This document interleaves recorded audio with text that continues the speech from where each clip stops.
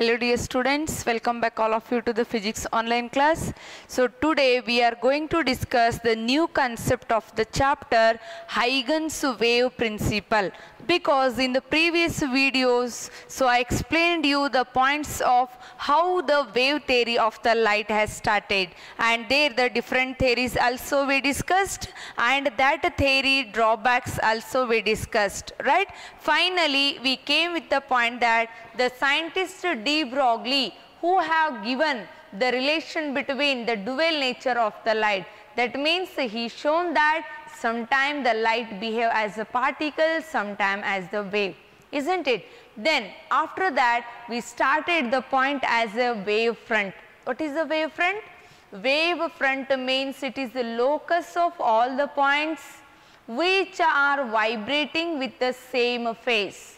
ಇದು ಒಂದು locus of points ಅಂದಂಗೆ, all are, so they are oscillating or vibrating with the same phase, right?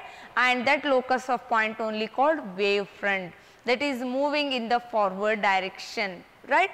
And the speed of the wave is same as the speed of the light only. That means there only the light only moving. If it is moving forward, then wave front also having the same speed of the wave here, that is source of the light. And next, based on the shape of the sources, we defined spherical wavefront, plane wavefront, and the linear, that is the cylindrical wavefront, right? Then today let us discuss about what is the meaning of the Huygens principle and what is the use of Huygens principle in order to understand the reflection and the refraction of the plane wave front. Okay, so this is the today what concept I am explaining, that is very important for the 3 marks. Last year only the question had come, so explain or derive the Snell's law using the Huygens wave principle in the refraction of the plane wave. So related to this or either the reflection of the plane wave, there may be one fixed question comes from this chapter. Okay, so then first let me explain you what is the Huygens wave principle. According to Huygens wave principle, we should know that why we need to study the Huygens wave principle. This principle gives us the shape and the position of the new wave front, which is formed by the source of the light. Assume here is the bulb. The bulb is giving us the waves. From the waves again we get the secondary waves. Then we need to get what is the position of that secondary waves, that can be identified, that can be determined with the help of the Huygens wave theory or Huygens wave principle only. Yes, then we should know what is the statement of the Huygens principle. Statement. That statement we are dividing into the 2 parts. The first part says that Huygens wave principle, first part, each point on the wave is the source of secondary wavelets. Each point on the wave is the source of the secondary wavelets, and these secondary wavelets spread in all direction with the speed of the wave. ಏನು ಹೇಳುತ್ತಾ first point ಅಂದರೆ, ಇದು source ಅದೇ, ಇದರಿಂದ first wave ಬಂತು. Let us take that here, this is the source of the light and we got the first wave from the source of the light here. So Huygens principle states that every point on the wave is the source of the second. Second means what? ಇದರಿಂದ next waves ಗಳು ನಮಗೆ ಬರ್ತಾವ್ರಿ, right? Secondary. It is every point on the wave is the source of the secondary wavelets, and these secondary wavelets spread in all the direction with the speed of the wave. The very good example that we might have observed is when you throw the pebble in the quiet river, have you observed the waves produced in the water? So that is the example here. That is the what? Up and down motion of the water is taking place. That is the what? The wavefront moving in the forward direction. And see, dear students, in the first PU you studied that whenever a wave is moving from one point to the another point, it is carrying the energy. The disturbance which is created in the medium only called the wave, and that wave is carrying the energy here. So if the energy is carried out from one place to the another place, such a wave only we call as a progressive wave, right? Stationary, progressive, all the points we discussed in first PUC, isn't it? So same way here now we are discussing about the wave front. Am I clear? The secondary waves, what they are produced? They are produced by each point on the wave, that is the source. I hope you understood the first point. Okay. Then second point gives that, the new wave front, the shape or the, what I can say, the shape, okay, the shape of the new wave front is obtained, the shape of the new wave front is obtained by taking tangential surface to the sphere of the secondary wavelets. See, already in the first statement I have given that secondary wavelets are produced. Yes, let us take these are the secondary wavelets, and these wavelets are how they are existing? They are existing in the sphere because they have to produce the next waves, no? Either in next matte waves galu produce agbek namaga. So they are taken in a sphere. Okay. Then the part 2 says that if you want to take the new wavefront, the new wavefront can be given by the tangential surface. The tangential surface that is drawn to the spheres of the secondary waves in a forward direction. To get the new wavefront in the later time, so because already one time existed, there the waves are existed, you want the next wave. Next wave means already time is taken late only, isn't it? So the new wave in the later time is obtained by taking a tangential surface to the spheres of the secondary waves in the forward direction, right? Then according to this Huygens wave principle, see dear students, what I got now, this is taken to be the new wavefront. This is the new wavefront. Again, if you consider here the each point, this is a new wavefront. You want the next secondary wave means again here every point on this you need to take that as a source of the next waves, right? Then you take the tangential surface to this. Now again one new wavefront is obtained. Like this, the new wavefronts are produced in a later time can be taken with the help of the tangential surface drawn to the previous second year wavelets. I hope you understood this. And remember, the Huygens wave principle used to find the position and the shape of the new wavefront in the later time, right? Yes. Then let us talk the very important 3 marks questions that are using the Huygens wave. HP means what? Huygens principle. Let us talk how the reflection of the plane waves are taking place. Okay. Consideration. Consider XY reflecting plane. This is XY plane which is a reflecting.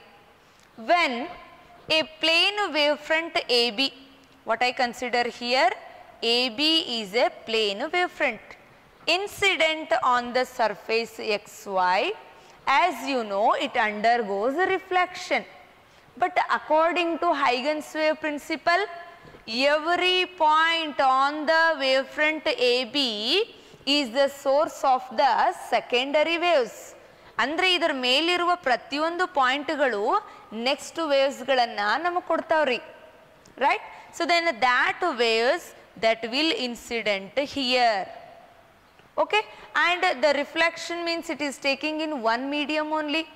Therefore when the reflected ray will incident here, again that means here you can take that by the Huygens wave principle. Here the two triangles we are observing, and the distance travelled by the wave is BC, that is the distance travelled x is given as velocity in the time, isn't it? And when you observe the diagram from the figure,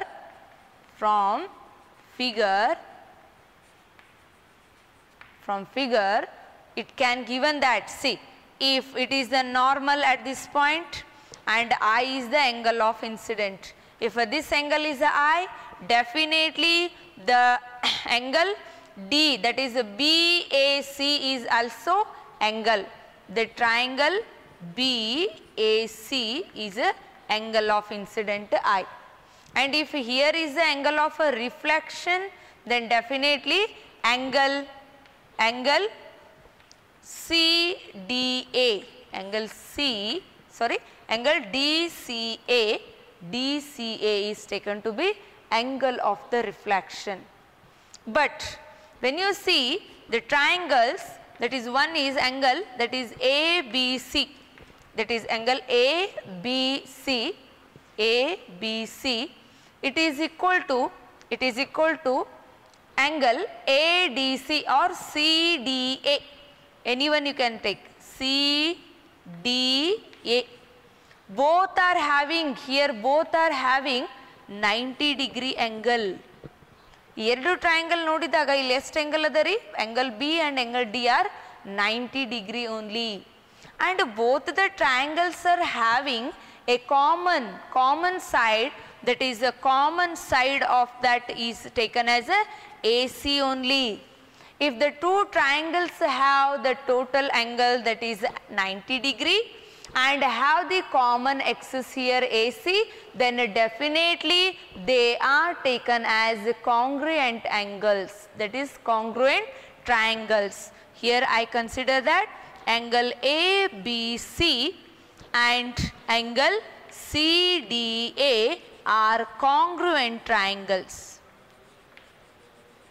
or congruent. If they are congruent, definitely angle BAC is equal to angle DCA. ಯಾವುದೇ ಎರಡು ಕಾಂಗ್ರುಯೆಂಟ್ ಟ್ರಯಾಂಗಲ್ಗಳು common ಸೈಡ್ಸ್ಗಳನ್ನು ಹೊಂದಿದ್ವು ಅಂದ್ರೆ ಅವುಗಳಲ್ಲಿರುವಂಥ ಆ್ಯಂಗಲ್ಸ್ಗಳು ಕೂಡ ಏನಾಗಿರ್ತಾವ್ರಿ, equal ಆಗಿರ್ತಾವೆ.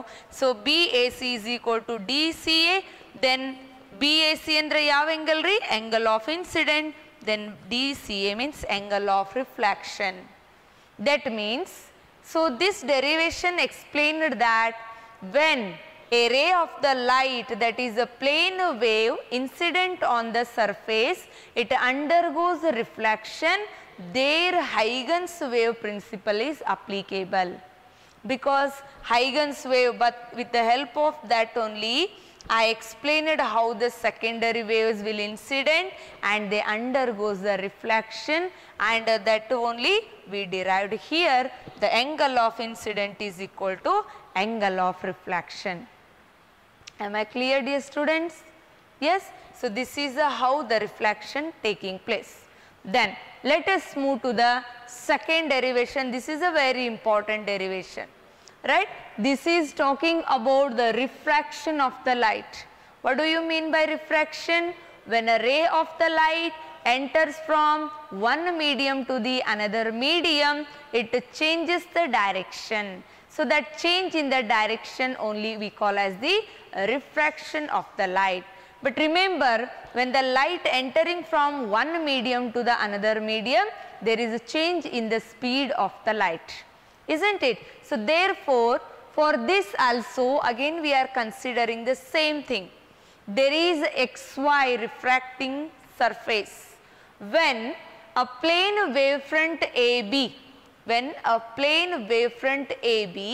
is incident on the XY surface, it undergoes refraction. That means according to the Huygens wave principle, every point on the plane wavefront can produce the secondary waves here.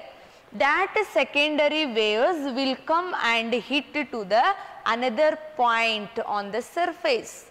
And you can see here a plane wavefront AB that undergoes refraction here. When it comes from one medium to the another medium, you can see here it changed the position, it changed its direction, isn't it? So that is why when it undergoes the refraction, this angle we call as the angle with which it incident at the normal is called angle of incidence. If this is angle I, then definitely this angle will be I. And here by the mathematics you know that already. And next one, here if the angle of refraction is taken, then this angle is also taken as a angle of the refraction. Okay. So then from the figure we can give that if the wave travelled in the first medium, that is a distance is BC, then the distance in the first medium I can call it is a x1. x1 distance means it is given by the velocity v1 in a time t. Because the secondary waves from the B, what time it reach at a C, the same time it is taken by the wave from A to reach the D. Okay. Same AD is equal to BC, but the velocity changes due to the change in the medium.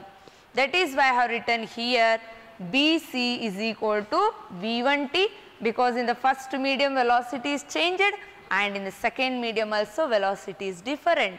So AD is a V2 into T. Right. Then can we define here the Snell's law?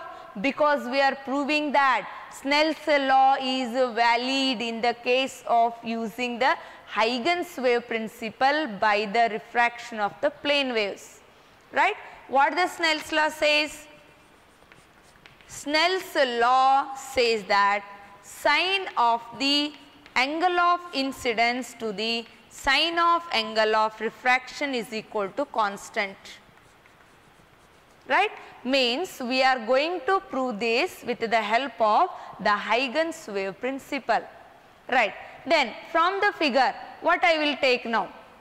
From figure, so first I consider a triangle that is BAC. From the triangle BAC, I take this triangle now, and from this I define sine I. Yes, tell me what is meaning of sine I? Sine I means it is opposite side upon hypotenuse. Right. Then in the triangle, if angle I is taken here, its exactly opposite is which side now? BC is the opposite and AC is taken to be the hypotenuse. Am I clear? This is from the triangle BAC. Then let us move to the next triangle, that is ADC. You can take, or you can take DCA. From the triangle DCA. Here I can define sine R is equal to, sine R is equal to, here is the angle R. What is the opposite side here? Opposite side is AD, that is again hypotenuse will be AC here. Okay. Then by the Snell's law, if you take the ratio of these two, let us take, if I call it is equation 1 and 2, I use that divide equation 1 by 2.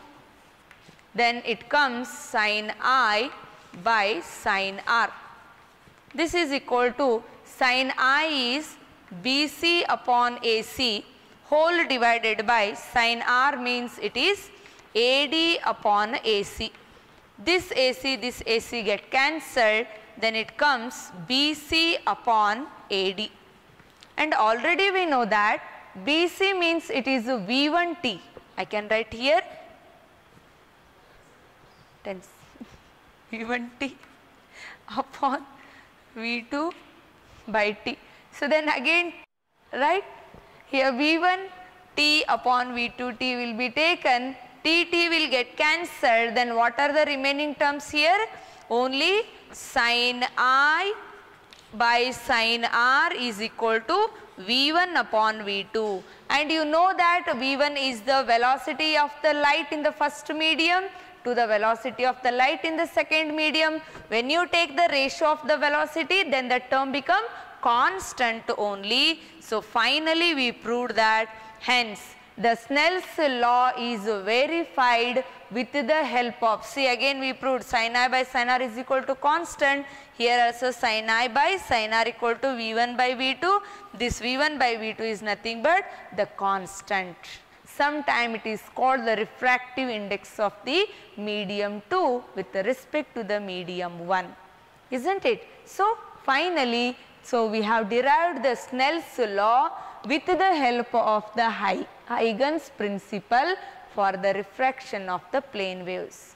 I hope you understood, dear students, right? So in these two, most probably this question only repeatedly asked in your theory annual examination, at least thrice, and especially last year only the question had come for the 3 marks.